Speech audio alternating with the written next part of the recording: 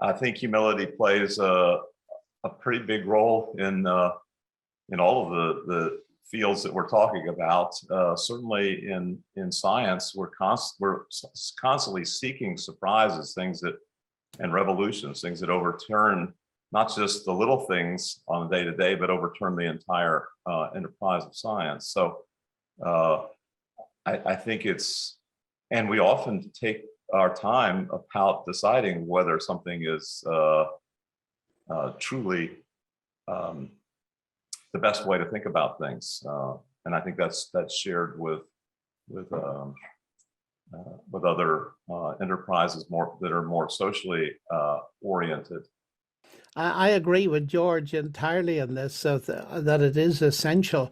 I turned to the Oxford English Dictionary and discovered that humility means having a low estimate of one's importance, worthiness, or merits, marked by the absence of self-assertion or self-exaltation. And I was intrigued to discover that humus, which I knew is Latin for the earth, and the word humble was used in the 16th century for a low-growing plant.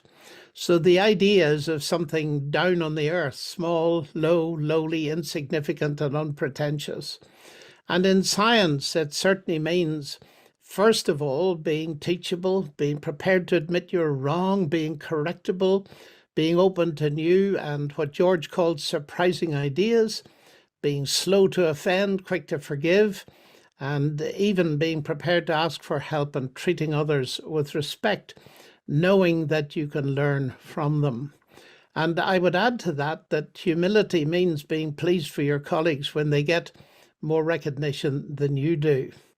And Richard Feynman, the great Nobel Prize-winning physicist, said that it means being self-critical in science. Bend over backwards to criticize yourself, he said, since the easiest person to deceive is yourself. But I really like what C.S. Lewis says. Humility is not thinking less of yourself. It's thinking of yourself less.